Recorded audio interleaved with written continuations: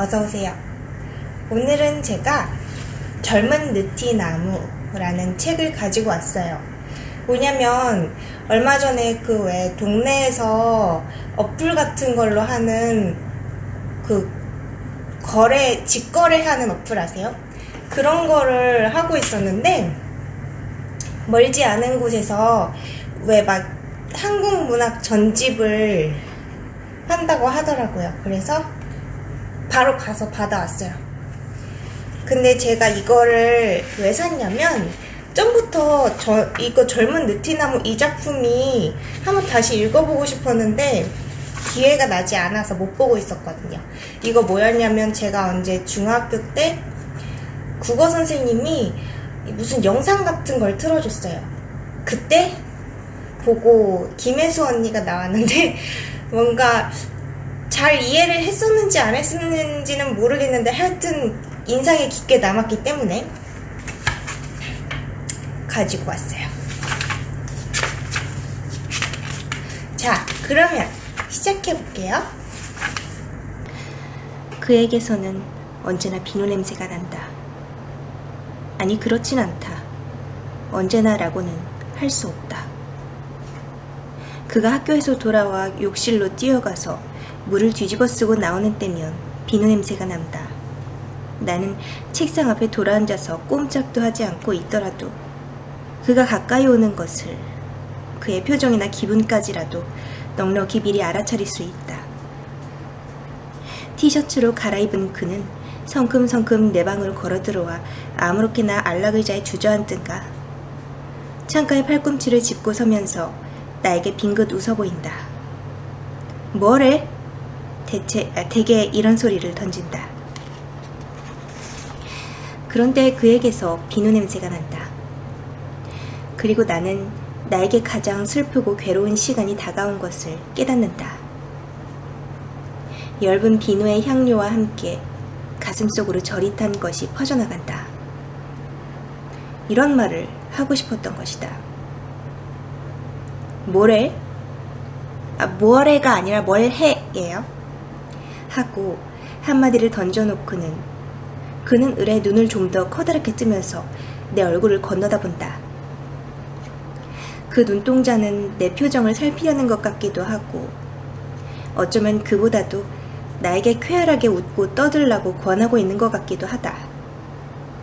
또 어쩌면 단순히 그 자신의 명랑한 기분을 나타내고 있는 것에 불과한지도 모른다. 어느 편일까? 나는 나의 슬픔과 괴로움과 있는 대로의 지혜를 한 곳에 모아 이 순간 그의 눈속을 응시하지 않을 수 없다. 나는 알고 싶은 것이다. 그의 눈 속에 과연 내가 무엇으로 비치는가? 하루해와 하룻밤 사이 바위를 씻는 파도 소리같이 가슴에 와 부딪고 또 부딪고 하던 이 한 가지 상념에 나는 일순 전신을 불살라 본다. 그러나 매일 되풀이하며 애를 쓰지만 나는 역시 알 수가 없다. 그의 눈의 의미를 헤아릴 수가 없다. 그래서 나의 괴로움과 슬픔은 좀 더 무거운 것으로 변하면서 가슴속으로 가라앉아 버리는 것이다. 그리고 다음 찰나에는 나는 그만 나의 자연스러운 위치, 그의 누이 동생이라는 표면으로 보아 아무 스스러움도 불안정함도 없는 나의 위치로 돌아가 있지 않으면 안 될 것을 깨닫는다. 인제오? 나는 이렇게 묻는다. 그가 원한 듯이 아주 쾌활한 어투로. 이 경우에 어색하게 군다는 것이 얼마만한 추태인가를 나는 알고 있다. 내 목소리를 듣고는 그도 뭔지 마음 놓였다는 듯이 고단해 죽겠어. 뭐 먹을 거 좀 안 줄래? 두 다리를 쭉 뻗고 기지개를 켜면서 대답을 한다. 에이, 성화라니까. 영작 숙제가 막 멋지게 쓰여져 나가는 판인데. 나는 그렇게 투덜거려 보이면서 책상 앞에서 물러난다. 어디 구경 좀 해. 여류 작가가 될 가망이 있는가 없는가 보아줄게. 그는 손을 내밀며 몸까지 앞으로 썩하니 기울인다. 어머나 싫어. 나는 노트를 다른 책들 밑에다 잘 감추어 두고 아래층으로 내려가서 냉장고 문을 연다. 뽀얗게 얼음이 내뿜은 코카콜라와 크래커, 치즈 따위를 쟁반에 집어 얹으면서 내 가슴은 비밀스러운 즐거움으로 높다랗게 고동치기 시작한다. 이게 되게 옛날 배경인데 상당히 잘 사는 집안이었고 이 둘이 이복 남매예요. 그는 왜 늘 내 방에 와서 먹을 것을 달라고 할까? 언제나 냉장고 앞을 그냥 지나버리고는 나에게 와서 달라고 조른다. 어떤 게으름뱅이라도 냉장고 문을 못 열 까닭은 없고 또 누구를 시키는 게 좋겠다면 부엌 사람들께 한마디 하는 편이 나을 것이다. 군소리를 짓거리거나 오래 기다리게 하거나 그렇지 않더라도 줄곧 먹을 것을 엎지르거나 떨어뜨리거나 하는 나를 움직이기보다는 쉬울 것이 확실하다. 어쩐 셈인지 나는 이런 따위 일이 참말 서툴다. 좀 얌전하고 재빠르게 보이려고 하여도 도무지 그렇게 되질 않는다. 쟁반을 들고 돌아와 보면 그는 창밖의 덩굴 장미깨로 시선을 던지고 옆 얼굴을 보이며 앉아있다. 무엇을 생각하는지 내가 곁에 있을 땐 보이지 않는 조용히 가라앉은 눈초리를 하고 있다. 까무레한 피부와 꽤 센 윤곽을 가진 그의 얼굴을 이런 각도에서 볼 때 나는 참 좋다. 나에게는 보이려 하지 않는 혼자만의 표정도 무언지 가슴에 와 부딪는다. 그의 머리통은 아폴로의 그것처럼 모양이 좋다. 아주 조금 곱슬거리는 머리카락이 몇 올 앞니마에 드리워 있다. 고수머리는 사납다던데. 가 아니라 고수머리는 사납다던데. 언젠가 그렇게 말하였더니 아니 그렇지 않아. 스키 정말 그렇지 않아. 하고 그는 진심으로 변명을 하려 드는 것이었다. 나는 그저 농담을 하였을 뿐이었는데 오늘도 그는 그렇게 내 방에서 쉬고 나더니 정구 칠까? 하며 자리에서 일어났다. 정구는 경기장 중앙 바닥에 네트를 가로질러 치고 그 양쪽에서 라켓으로 공을 주고받아 승패를 겨루는 경기, 테니스 같은 건가 봐요. 응. 아니 참, 내일부터 중간 시험이라고 하지 않았던가? 괜찮아, 그까짓 거. 사실 시험이고 무엇이고 없었다. 나는 옷서랍을 덜컹거리며 흰 슈트와 감색 셔츠를 끄집어내었다. 괜히 납치하려고 하면서도 그는 이내 라켓을 가지러 방을 나갔다. 햇볕은 따가웠으나 나뭇잎들의 싱싱한 초록 사이로 서늘한 바람이 지나가곤 한다. 우리는 뒷산 밑 담장께로 걸어갔다. 낡은 돌담에 좀 헙스룩한 귀퉁이를 타고 넘어서 옆집 코트로 미끄러져 들어간다. 옆집이라고 하는 것은 구왕가에 속한다는 토지의 일부인데 기실 집이라고는 까마득히 떨어져서 기와집이 두어 채 늘어서 있고 이쪽은 휘휘하니 비어있는 공터였다. 구왕가에 속한다는 게 뭐냐면요, 구왕가가 옛 임금의 집안이네요. 구왕가네요. 그 낡은 기와집에 사는 사람들은 이 공터를 무슨 뜻에선지 매일 쓸고 닦고 하여서 장판처럼 깨끗이 관리해오고 있었다. 아깝기 싫이 테니스 코트나 만들면 좋겠는데, 응? 그러면 어떨까? 어느 날 돌담에가 걸터앉아서 내려다보던 끝에 그런 제의를 했다. 처음에 그는 움직이려 하지 않았으나 결국 건물께로 걸어가서 이야기를 해보았다. 이튿날 우리는 석회를 들고 가 금을 그었다. 또 며칠 후에는 네트를 치고 땅을 깎아 아주 정식으로 코트를 만들어버렸다.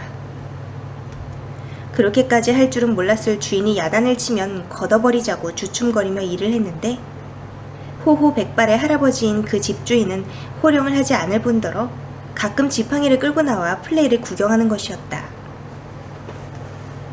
이렇게 나이 많은 노인네의 표정은 언제나 나에게는 판정하기 어려운 것이지만 특히 이 할아버지의 경우는 그러하였다. 구태여 말한다면 웃고 있는 것 같기도 하고 신기해하고 있는 것 같기도 했지만 또 동시에 하늘 밖의 일을 생각하는 듯 아득해 보이기도 하였으니 기묘했다.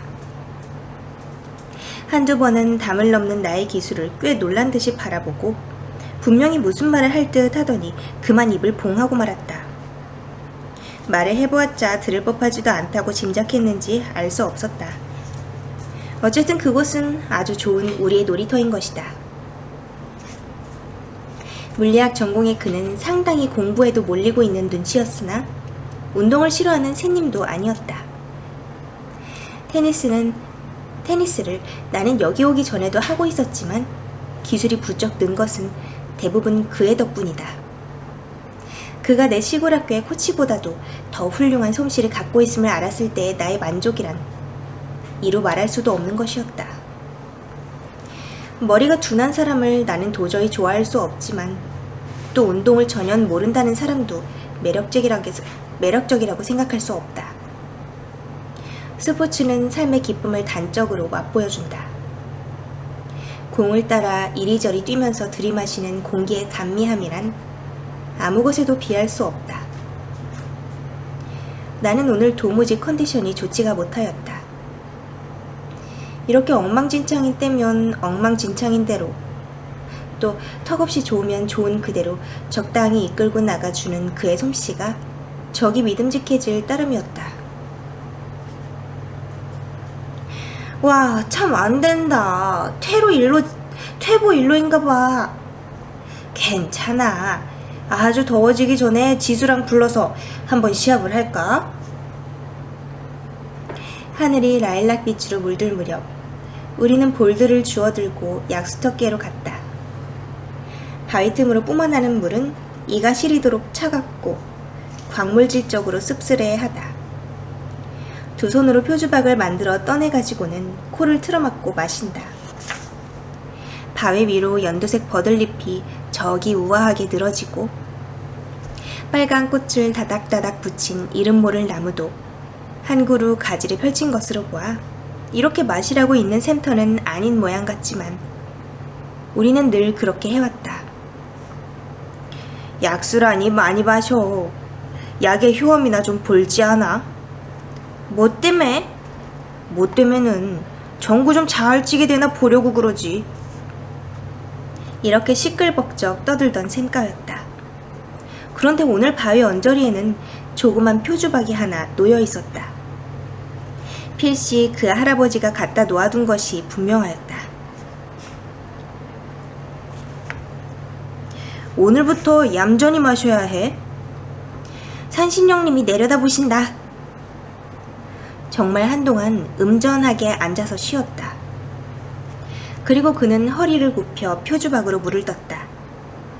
그는 그것을 내 입가에 대어주었다. 조용한 낯선 표정을 하고 있었다. 나에게는 보이는 일이 없는 자기 혼자만의 얼굴의 하나인 것 같았다. 나는 아주 조금만 마셨다. 그리고 얼굴을 들어 그를 바라다보고 있었다.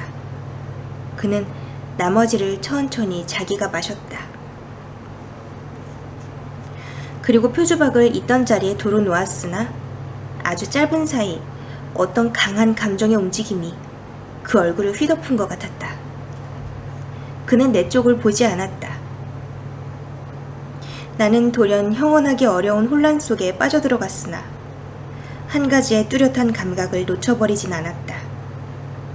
그것은 기쁨이었다. 오빠, 그는 나에게는 그런 명칭을 가진 사람이었다. 그것은 나에게 있어 무리와 부조리의 상징 같은 어휘이다. 그 무리와 부조리에 얽힌 존재가 나다. 나는 키보다 높은 담장 위에서 뛰어내렸다. 그리고 뒤도 안 돌아보고 정원 안을 걸어갔다. 운동화를 벗어들고 맨발로 걷는다. 까슬까슬하면서도 부드러운 잔디의 촉감이 신이나 양말을 신고 디딜 생각을 없게 한다. 발바닥에 징을 박아줄까? 어디든지 구두 안 신고 다니게 말이야.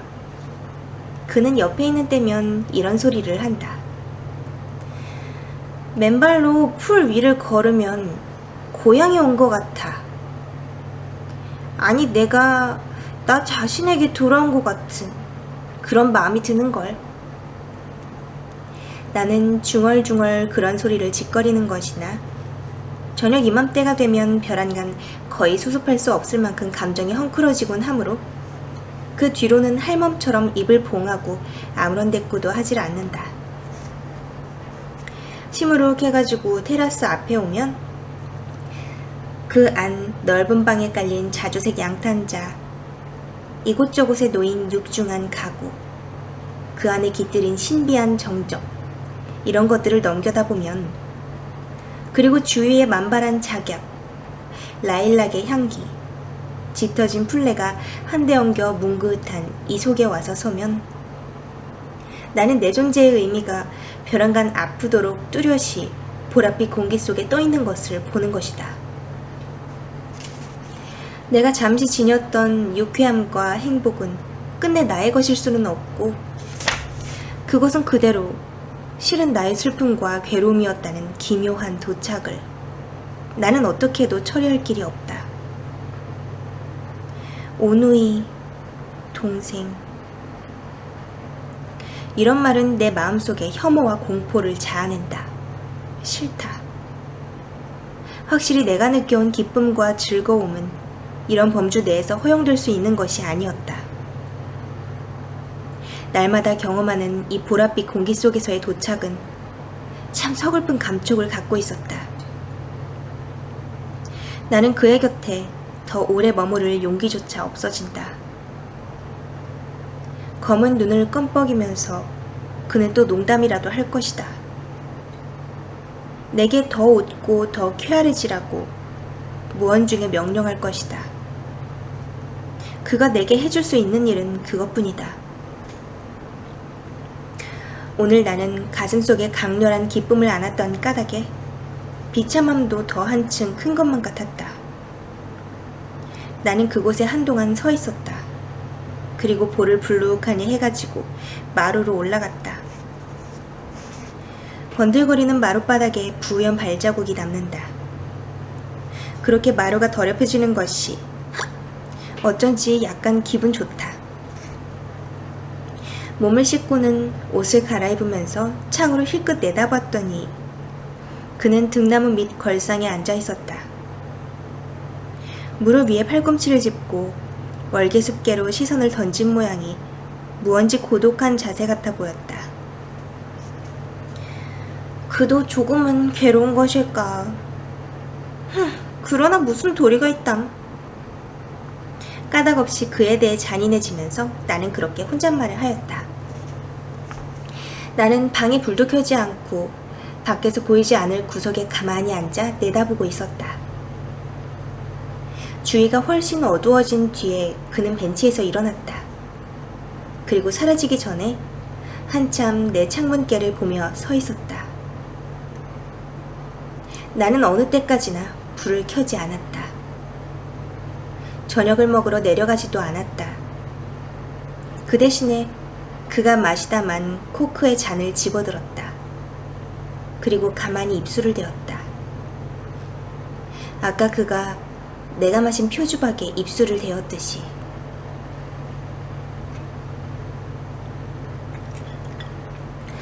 그를 무엇라고 부르면 마땅할까? 오빠라고 불러야 한다는 것이 나의 운명이다.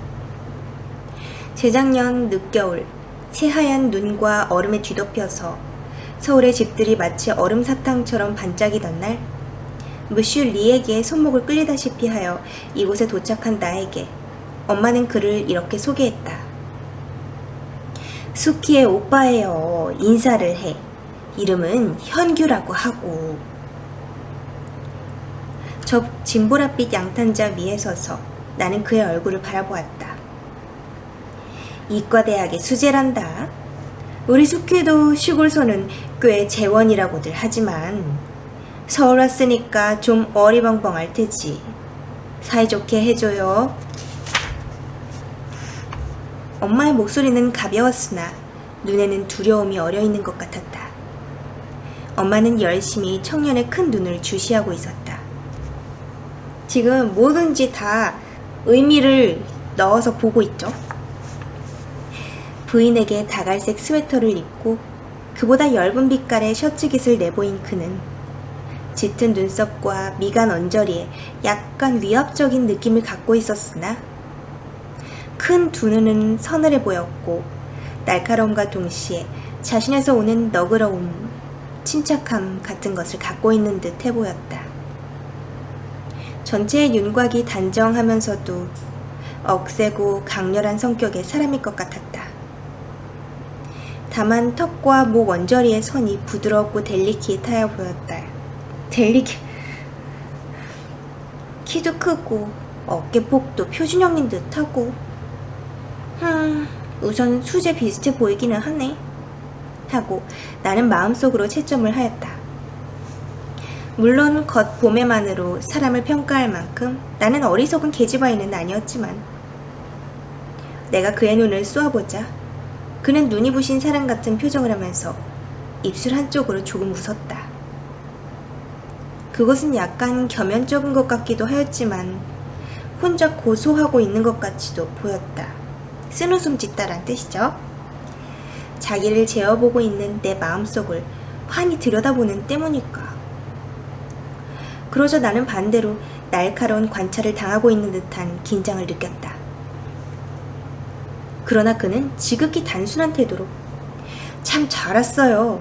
집이 이렇게 너무 쓸쓸해서 아주 좋지 못했는데 하고 한 손을 내밀어서 내 손을 잡았다. 나를 도무지 어린아이로만 보았다는 증거일 것이고 또 아마 엄마의 감정을 존중한 결과였을 것이다.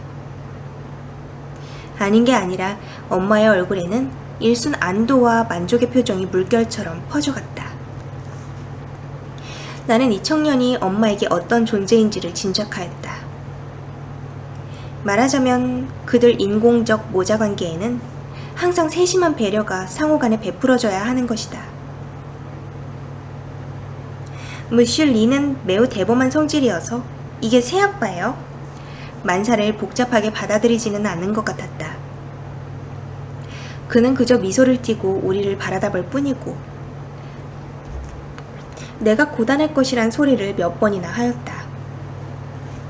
어쨌든 그는 그로부터 나를 수키라고 쉽고도 간단하게 불러오고 있다. 헤이 숙! 하기도 한다. 그리고 나에게 무조건 관대하였다. 지나칠 만큼. 그래서 때로는 섭섭할 만큼. 그러므로 그가 이 즈음 내 방에 와서 배가 고프다고 한다거나 손 같은 데에 약을 발라달라고 하게 된 것은 나에게는 대단히 귀중한 변화인 것이다. 그것은 어쨌든 내 편에서는 그를 오빠라고는 도저히 부를 수 없었다. 처음에는 너무 생소하여서 그리고 나중에는 또 다른 이유들로. 이것은 무슈 리를 아버지라고 부르기 어렵기보다 몇 갑절이나 힘든 일이었다. 나는 자신이 대단한 고집쟁이인지 또는 부끄럼쟁이인지 분간할 수 없다.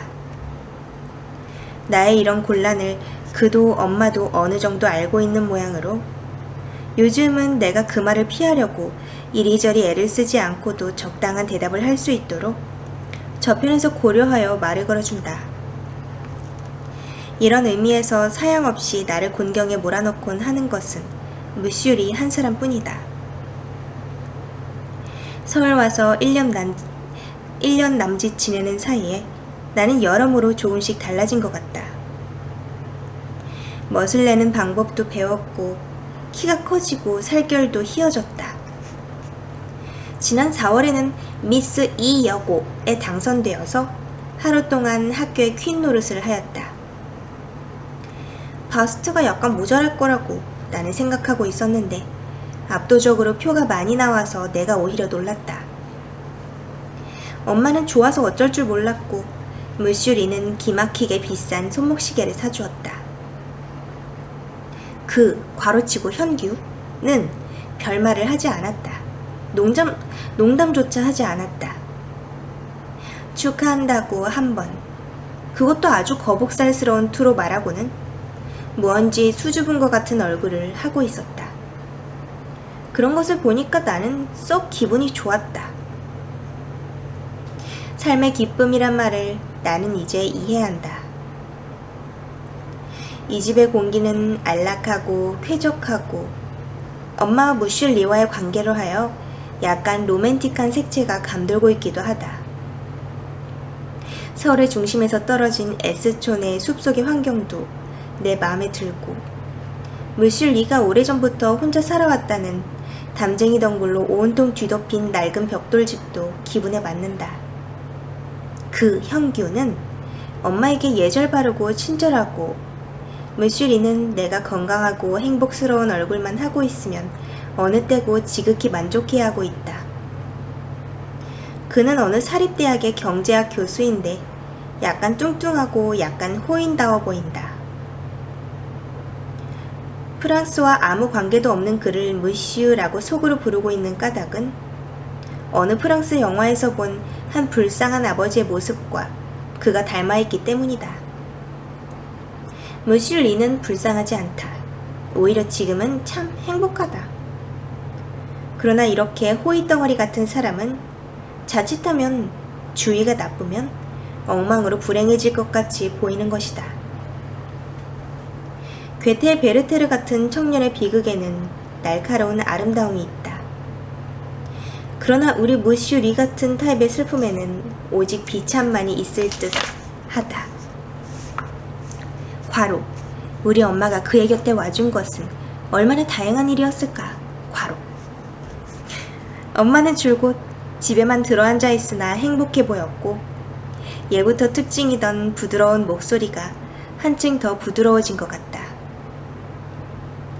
다만 엄마는 엄마의 행복에 대해서 한편으로 죄스러움 같은 것을 느끼고 있는 듯한 눈치로서 그래서 바깥으로 나다니지도 않고 큰 소리로 웃는 일도 없는 것 같았다.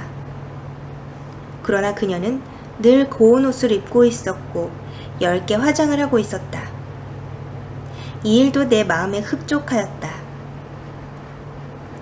그러나 이곳에는 뜻하지 않은 괴로움이 또한 있었다. 현규에 대한 감정은 언제나 내 마음을 무겁게 하고 있다. 너무나 고통스럽게 여겨질 때에는 여기 오지를 말았더라면 하고 혼자 중얼대는 일도 있다. 그러나 그 생각은 오래가지 않는다. 나는 만약 내 생애에서 한 번도 그를 만나는 일이 없이 죽고 말 경우라는 것을 생각해보면 가슴이 서늘해지기까지 한다. 아무 일도 이루어지지 않아도 좋았다. 나는 그를 만났다는 일만으로 세상의 어느 여자보다도 행복한 것이다. 그의 곁에서 호흡하고 있는 기쁨을 무엇과 바꿀 수 있을까? 그러나 나는 여전히 슬프고 초조한 것도 사실이다. 정직히 말한다면 내 기분은 1분마다 달라진다. 무슐 리가 요즘 외국을 여행 중인 것은 내게는 하나의 구원과도 같다. 아침마다 행복, 그것 같은 얼굴로 인사를 하지 않아도 좋고 저녁마다 제 시간에 식당에 내려가지 않아도 좋기 때문이다. 돌아오실 때까지 눈 감아줘. 응, 엄마. 시간 지키는 거 나 질색인 줄 알잖아. 먹고 싶은데 먹고 안 먹고 싶은데 안 먹고 그럴게. 응? 무슈 리가 떠나는 즉시로 나는 엄마에게 이렇게 교섭을 하였다. 사실 현규의 얼굴을 보는 일이 두려운 때가 점점 찾아오는 것만 같다. 그는 대개 엄마와 함께 저녁을 드는 모양이었다.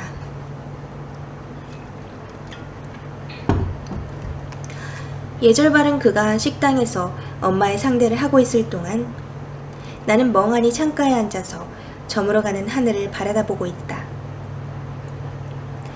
군데군데 작은 집들이 몰려있는 촌락과 풀숲과 번뜩이는 연못 같은 것들이 있는 넓은 들판 너머에 무디게 빛나며 강이 흐르고 있다. 강은 날씨와 시간에 따라 플래티나같이 반짝이기도 하고 안개처럼 온통 뽀얗게 흐려버리기도 한다. 하늘이 보랏빛으로부터 연한 잿빛으로 변해가는 무렵이면 그 강도 부드러운 회색 구름과 한 덩이가 되었다. 나는 여러 가지 감정이 뒤범벅이 된 혼란 상태에서 자기를 건져내야 한다고 어두운 강물을 바라보며 늘 생각하는 것이었다. 마음 가는 대로 몸을 내맡길 수 없는 것이 나의 입장이고 또 그 마음 가는 일 자체에 대해서도 분열된 생각을 수습할 수가 없었다. 현규를 사랑하는 일 가운데 죄의식은 없었다. 그런 것은 있을 수 없었다. 그러나 엄마와 무슈 리를 그런 의미에서 배반하는 것은 곧 내 사람 전부의 파멸을 의미하는 것이었다. 파멸이라는 말의 캄캄하고 무서운 음향 앞에 나는 떨었다. 이곳에 오기 전에 나는 시골 외할아버지 집에 있었다. 3, 4년 전까지는 엄마와도 함께, 그리고 그 후로는 할머니, 할아버지와 단 셋이서. 일하는 사람들은 여럿 있었고 과수원을 지키는 개도 여러 마리. 그 중에는 내가 특별히 귀여워한 진돗개 복동이도 있었지만 나는 언제나 못 견딜 만큼 적적하였다. 엄마가 서울로 떠난 후에는 마음이 막 쓰라린 것을 참아야 했지만 그 엄마가 같이 있었을 때에도 나는 우리의 생활에서 마음 든든하다거나 정말로 유쾌하다거나 하는 느낌을 가져본 일은 없다. 젊고 아름다운 엄마가 언제나 조용히 집안에서 세월을 보내고 있는 일은 내게 어떤 고통을 주었다. 그 무릎 위에는 늘 내게 지어 입힐 고운 헝겊 조각이나 털실 같은 것이 얹혀 있었지만 그리고 그 입에서는 늘 나에 관한 이야기가 흘러나왔지만 나는 그것이 불만이고 불안하기조차 하였다. 그런 것을 만들어주지 않아도 좋으니 다른 아이들 엄마처럼 집안 살림에 복겨서 때로는 악도 쓰고 나더러 야단도 치고 어린아이도 둘러엎고 다니고 말하자면 그녀 자신의 생활을 하고 있으면 나도 흐뭇할 것 같았다. 할아버지도 나에게와 마찬가지로 엄마에게도 그저 유하고 부드럽기만 하다. 엄마의 그림자 같은 생활은 언제부터 시작되었는지 기억할 수 없다. 사변과 함께 우리가 시골 할아버지 댁으로 내려가던 때, 그러니까 지금부터 10년쯤 전에도 이미 그랬고 또 그보다 전 서울에서 초등학교에 입학하던 즈음에도 역시 그런 느낌이던 것을 잊지 않고 있다. 아버지에 관하여 나는 아무것도 모른다. 돌아가셨다는 설명을 언젠가 들은 적이 있었으나 어쩐지 정말 같지 않다는 인상으로 남아있었다. 사변 후에 너의 아버지는 돌아가셨다 하고 할아버지가 하고 할머니가 일러주셨는데 이때 말투에는 특별한 것이 깃들어 있어서 그 후로는 그것이 진심이거니 여기고 있다. 아마 엄마와 아버지는 내가 아주 어릴 적부터 별거하고 있었고 그러는 사이 그들은 다시 만나는 일도 없이 사별하고만 모양이었다.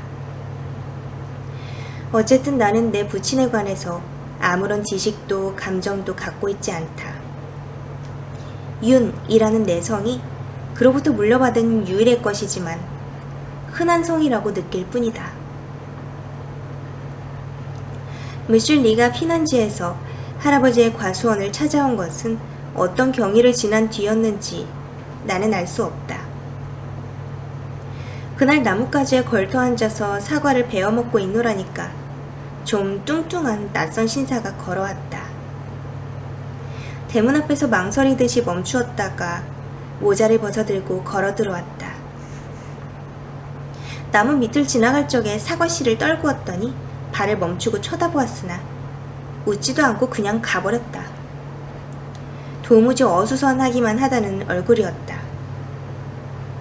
나중에 방 안에서 정식으로 인사를 하였는데 그때의 판단으로는 나무 위로부터 환영받은 일은 까맣게 기억하지 못하는 것 같았다. 그는 하룻밤 체류하지도 않고 되돌아갔다. 그리고 할아버지와 할머니에게는 대단히 중요한 의논거리가 생긴 모양이었다. 밤에 가끔 사과밭 사이를 혼자 걷는 엄마를 보게 되었다. 무슈 리는 한 번 더 다녀갔다. 그리고 얼마 후에 엄마는 상경하였다. 애초에 그렇게 혼인을 정했더라면 고생을 안 시키는걸. 어느 날 옆방에서 할머니가 우시며 수근수근 그런 소리를 하시는 걸 듣고 놀랐다. 그럼 우리 수키는 안 태어났을 것 아니오. 공연한 소리를.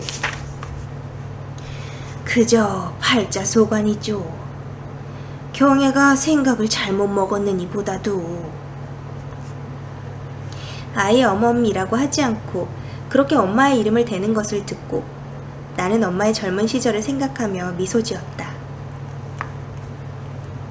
그림자처럼 앉아서 내 블라우스 같은 걸 매만지는 엄마를 보는 서글픔은 이제 없어졌다. 엄마가 그럭저럭 행복해진 듯한 것은 기뻤으나 뼈저리게 쓸쓸한 것도 사실이었다. 나는 밤낮 커다란 소리로 노래를 부르고 있었다. 산모퉁이 길을 학교에서 돌아오는 때에도, 사과나무의 흰 꽃 밑에서도, 또 빨간 봉선화가 핀 마당에서도. 얘야, 그렇게 큰 소리를 내면 남들이 웃는다. 할머니는 가끔 진정으로 그런 소리를 하셨다. 재작년 늦은 겨울 무슐리가 내려와서 날 데려가겠다고 우겨댔을 때 제일 놀란 사람은 나 자신이었다. 두 분 노인네도 더러 망설였다. 그러나 무슐리의 끈기 있는 태도에 양보를 하는 수밖에 없는 눈치여서 노인네들은 그만 풀이 없었다. 나는 무슐리가 할머니 할아버지에게 무엇보다 엄마가 그걸 원하고 있으니까요. 말은 안 하지만 절실히 바라고 있는 걸 내가 아니까요. 하고 열심히 이야기하는 걸 보다가 그만 싱그레 웃고 말았다. 나보기에 할아버지 할머니는 이미 설복되어서 무슐리가 만약 그 연설을 잠시 끊기만 한다면 이내 대답을 할 것 같은데 그는 마치 그들이 결단코 날 놓지는 않으리라고 굳게 믿는 사람처럼 애걸복걸을 하는 것이었다. 그가 말을 하면서 나를 힐끗 보았을 때 나는 조그맣게 끄덕여 보였다. 그랬더니 그는 말을 뚝 끊고 벙글 웃더니 손수건을 꺼내서 이마를 닦았다. 이래서 나는 서울 2역으로 전학을 하였다. 나는 생각한다. 무슐리와 엄마는 부부이다. 내가 그를 아버지라고 부르기 어려운 것은 거의 그런 말을 발음해 본 적이 없는 습관의 탓이 크다. 나는 그를 좋아할 뿐더러 할아버지 같은 이로부터 느끼던 것에 몇 갑절이나 강한 보호감정, 부친다움 같은 것도 느끼고 있다.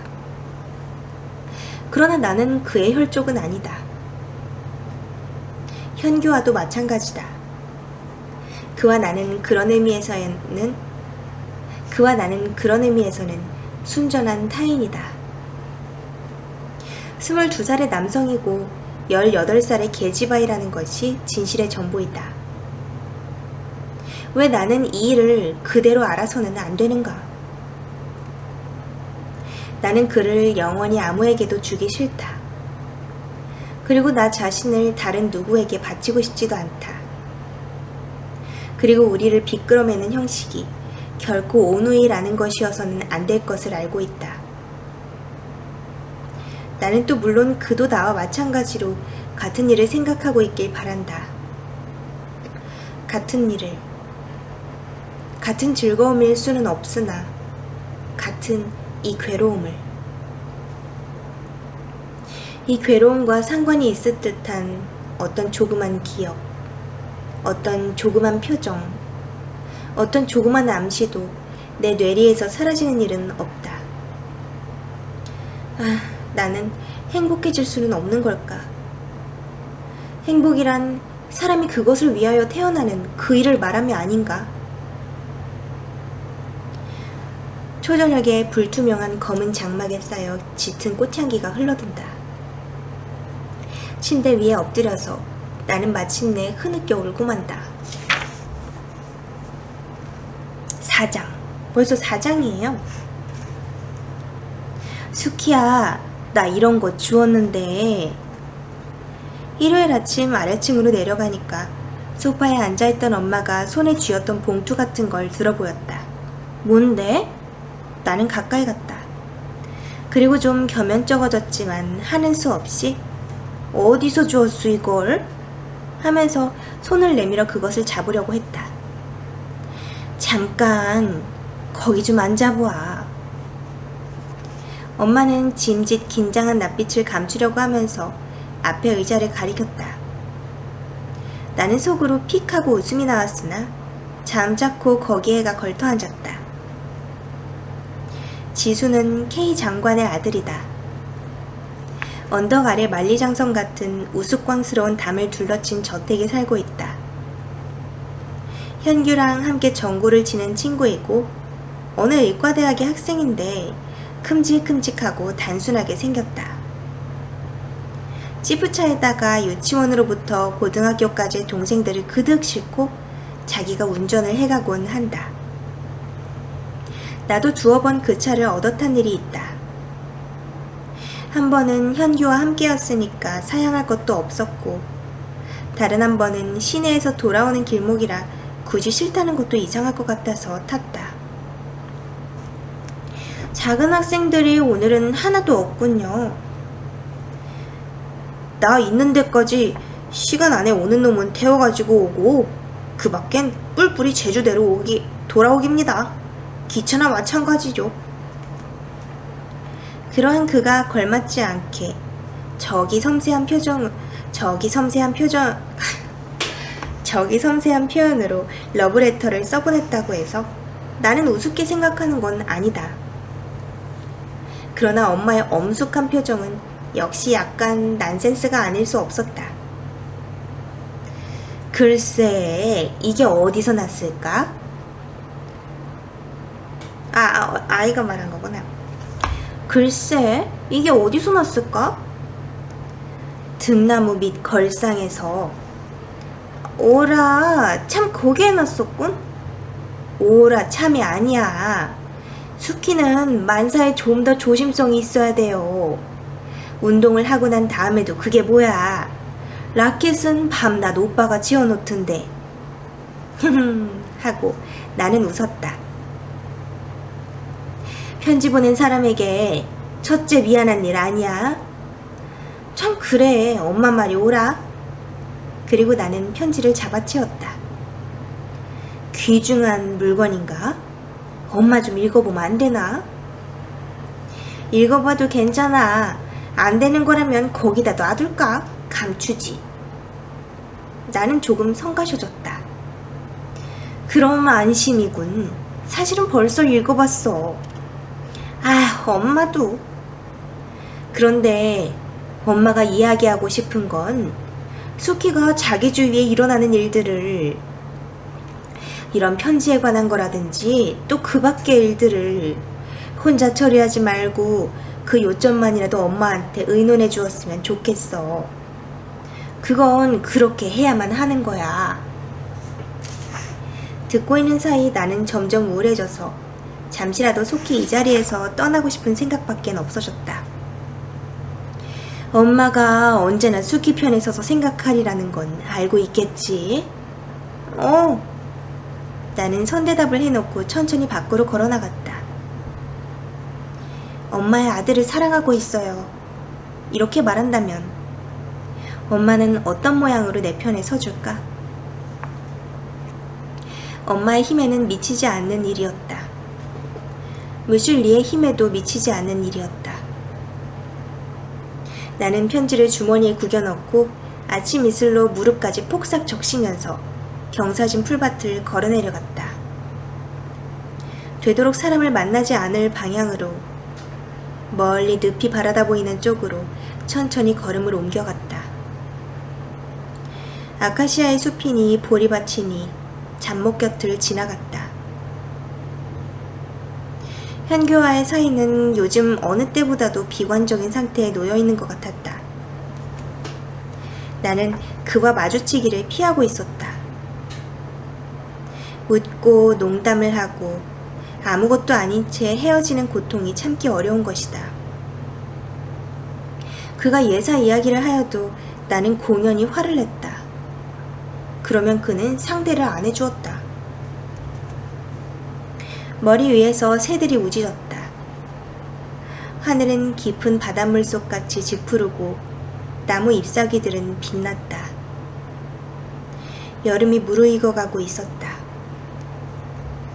상수리 숲이 늪의 방향을 가려버렸으므로 나는 풀 위에 앉아 턱을 괴고 생각이 잠겼다. 세계적인 발레리나가 되어 보석처럼 번쩍이면서 무대 위에서 그를 노려보아 줄까? 과로. 한 번도 귀담아 들은 적은 없지만 내 발레 선생은 늘 나에게 야심을 가지라고 충동을 한다. 과로. 그러면 그는 평범한 못생긴 와이프를 데리고 보러 왔다가 가슴이 아파질 터이지. 아주 짧은 동안 그것은 썩 좋은 생각인 듯 내 마음속에 머물렀다. 그러고는 물거품처럼 사라져 없어졌다. 그러고는 이어 그에게 아무것도 바라지를 말고 식모처럼 그저 봉사만 하는 일에 감사를 느끼자는 생각이 떠올랐다. 그러자 슬픈 마음이 들기도 전에 발등 위로 눈물이 한 방울 굴러 떨어졌다. 나는 일어나서 돌아가려고 하였다. 그때 와삭거리고 풀 헤치는 소리가 등 뒤에서 나며 늘씬하게 생긴 새터가 한 마리 나타났다. 여기 지금 새터가 뭐냐면 세터라는 개 품종이에요. 그 줄을 쥐고 지수가 걸어왔다. 건강한 체구에 연회색 스포츠웨어가 잘 어울린다. 그의 뒤에서 10살 전후의 사내아이와 계집아이 둘이 장난을 치면서 달려나왔다. 지수는 나를 보고 좀 당황한 듯 하였으나 이내 흰 이를 보이고 웃으면서 다가왔다. 안녕하셨어요? 산보입니까? 네, 돌아가는 길이에요. 아이들은 우리를 사이에 두고 떠들어대면서 잡기 내기를 한다. 지수는 한 아이를 붙들어 세터를 맨줄을 들려주고는 어서 앞으로들 가라고 손짓했다.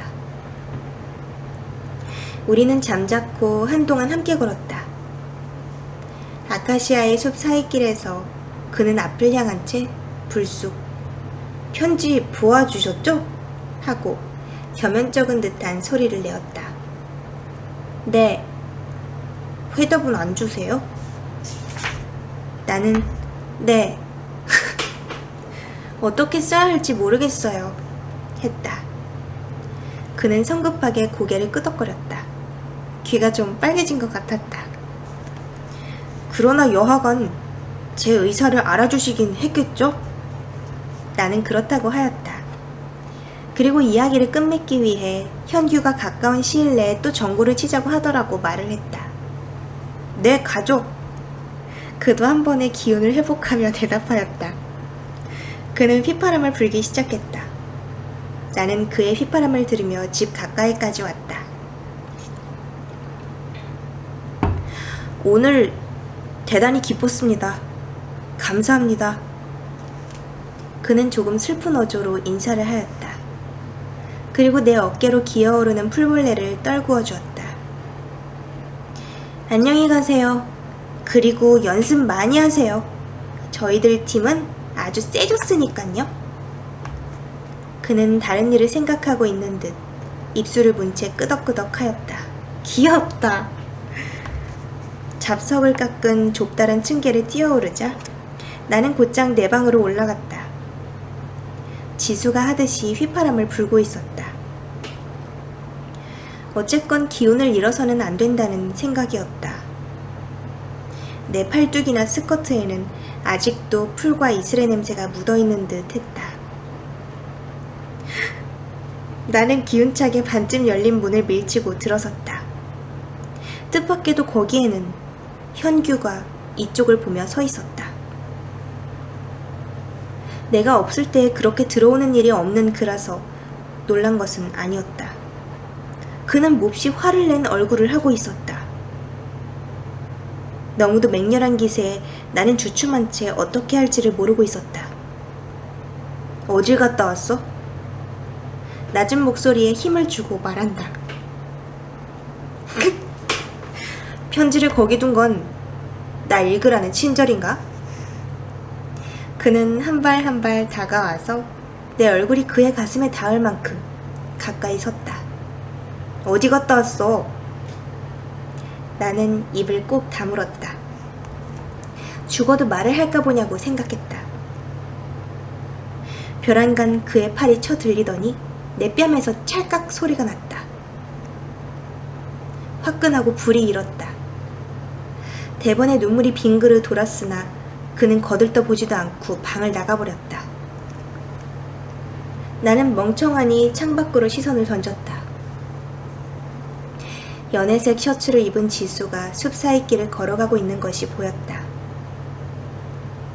그리고 조금 전에 지수가 풀벌레를 털어주던 자리도 손에 잡힐 듯이 내려다 보였다.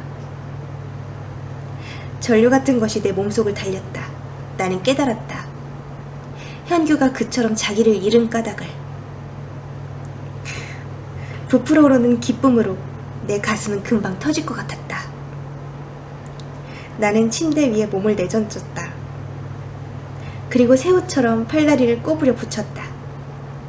소리내며 흐르는 환희의 분류가 내 몸속에서 조금도 새어나가지 못하도록. 5장. 나는 어떻게 하면 좋을까? 밤에 우리는 어두운 숲속을 산보하였다. 어두운 숲속에서 우리는 손을 잡고 걸었다. 그리고 나는 그에게 안겨버렸다. 나는 어떻게 하면 좋을까? 어떻게 해야 할지 점점 더 알 수 없어진다.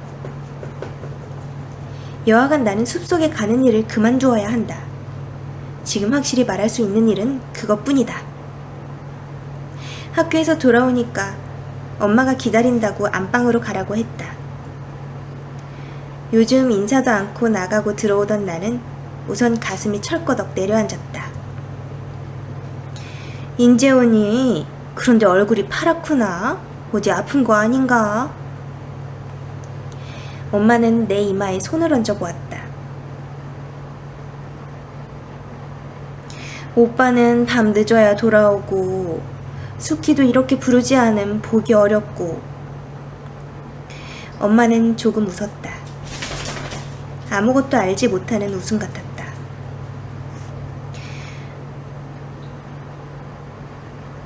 편지가 왔는데 어쩌면 엄마가 미국에 가야 할지 모르겠어.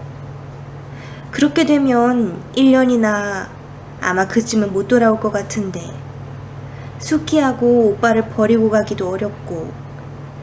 그래 싫다고 몇 번이나 회답을 냈지만.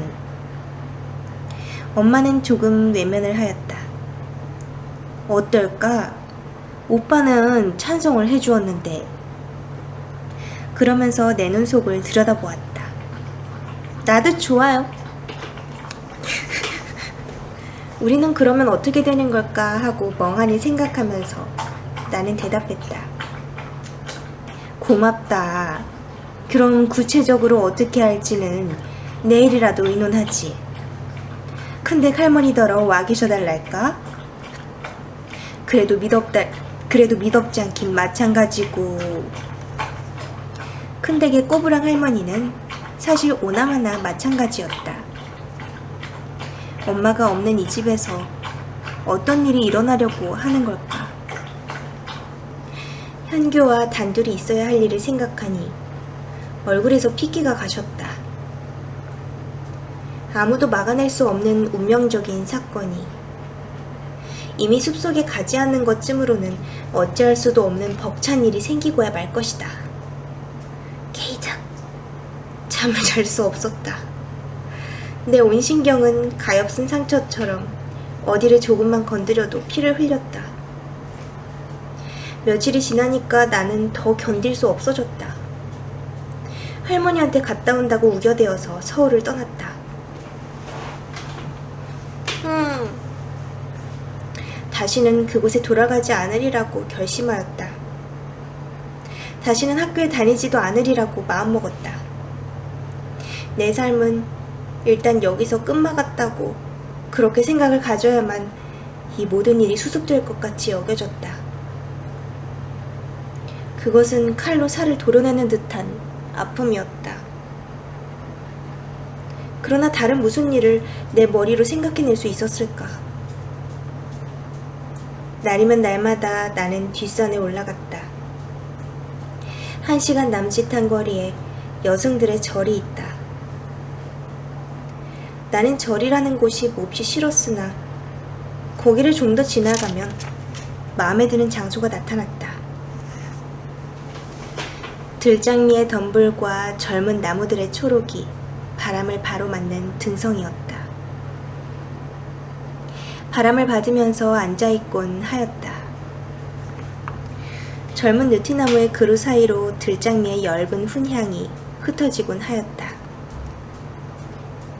터키즈 블루의 원피스 자락 위에 흰 꽃잎을 뜯어서 올려놓았다. 수없이 뜯어서 올려놓았다. 꽃잎은 찬란한 하늘 밑에서 인해색이 바래고 초라하게 말려들었다. 지금 여기가 할머니 댁 동네예요. 그러고 있다가 시선을 들었다. 다음 찰나에 나는 나도 모르게 일어서 있었다. 현규였다. 그는 급한 비탈을 올라오고 있었다. 입을 일자로 다물고 언젠가처럼 화를 낸 것 같은 얼굴이었다. 아니, 일자로 담은 입은 좀 슬퍼 보여서 화를 낸 것 같은 얼굴은 아니었다. 그가 2~3m의 거리까지 와서 멈추었을 때 나는 내 몸이 저절로 그 편으로 내다른 것 같은 착각을 느꼈다. 아니, 사실은 그와 반대로 젊은 느티나무 둥치를 붙든 것이었다. 그래, 수키. 그 나무를 놓지 마라. 놓지 말고 내 말을 들어. 그는 자기도 한두 걸음 뒤로 물러서면서 말하였다. 그 얼굴에는 무언지 참담한 것이 있었다. 수키는 돌아와서 학교에 가야 해. 무엇이고 다 잊고 공부를 해야 해. 나도 그렇게 할 작정이니까. 우리는 헤어져 있어야 해. 헤어져서 공부해야 해.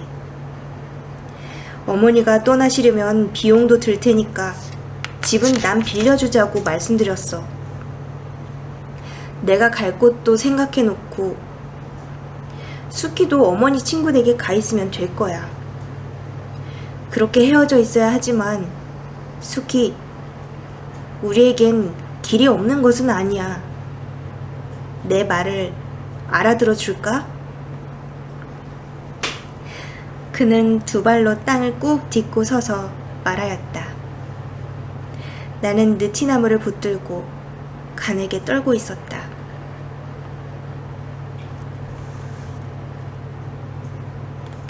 그때 숲속에서의 일은 우리에게는 어찌할 수도 없는 진실이었다. 우리는 이 일을 부정하고는 살아가지도 못할 게다. 우리는 만나기 위해서 헤어지는 것이야. 우리에겐 길이 없지 않아. 외국에 가든지. 그는 부르짖은 손등으로 얼굴을 닦았다. 내 말을 알아줄까, 수키? 나는 눈물을 그득 담고 끄덕여 보였다. 내 삶은 끝나버린 것이 아니었다. 나는 그를 더 사랑해도 되는 것이었다. 이제는 집에 돌아오겠다고 약속해 주겠지? 내일이건 모레건 되도록 속히. 나는 또 끄덕여 보였다. 고마워, 그럼. 그는 억지로처럼 조금 미소하였다. 그리고 빙그르 몸을 돌려 산비탈을 달려내려갔다.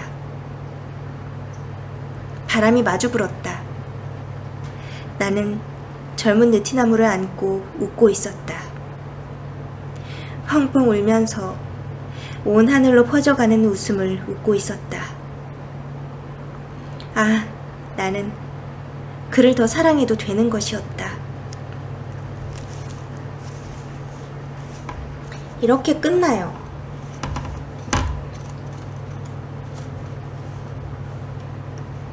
이 사람들이 잘 될 수 있을까?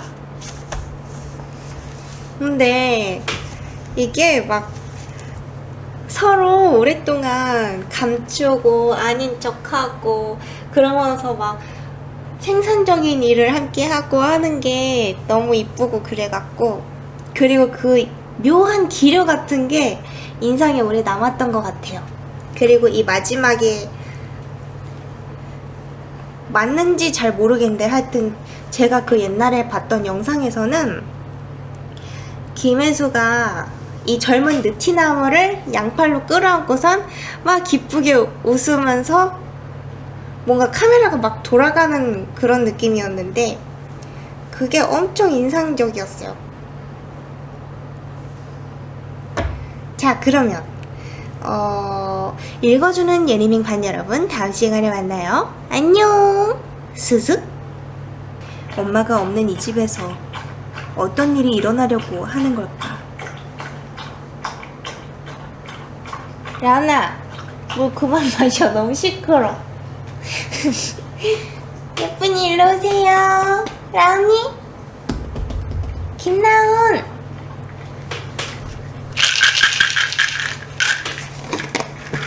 자,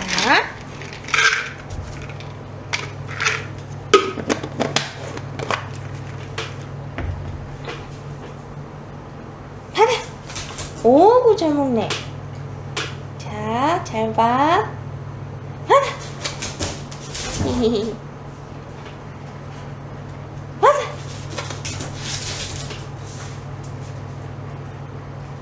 받아. 어이구, 못 봤어. 왜? 그거 있잖아. 먹었어? 하나? 아이고, 잘한다. 목구멍에 딱 들어갔구만. 삼켰구만. 저기 있다, 저기. 나나, 저기. 저기.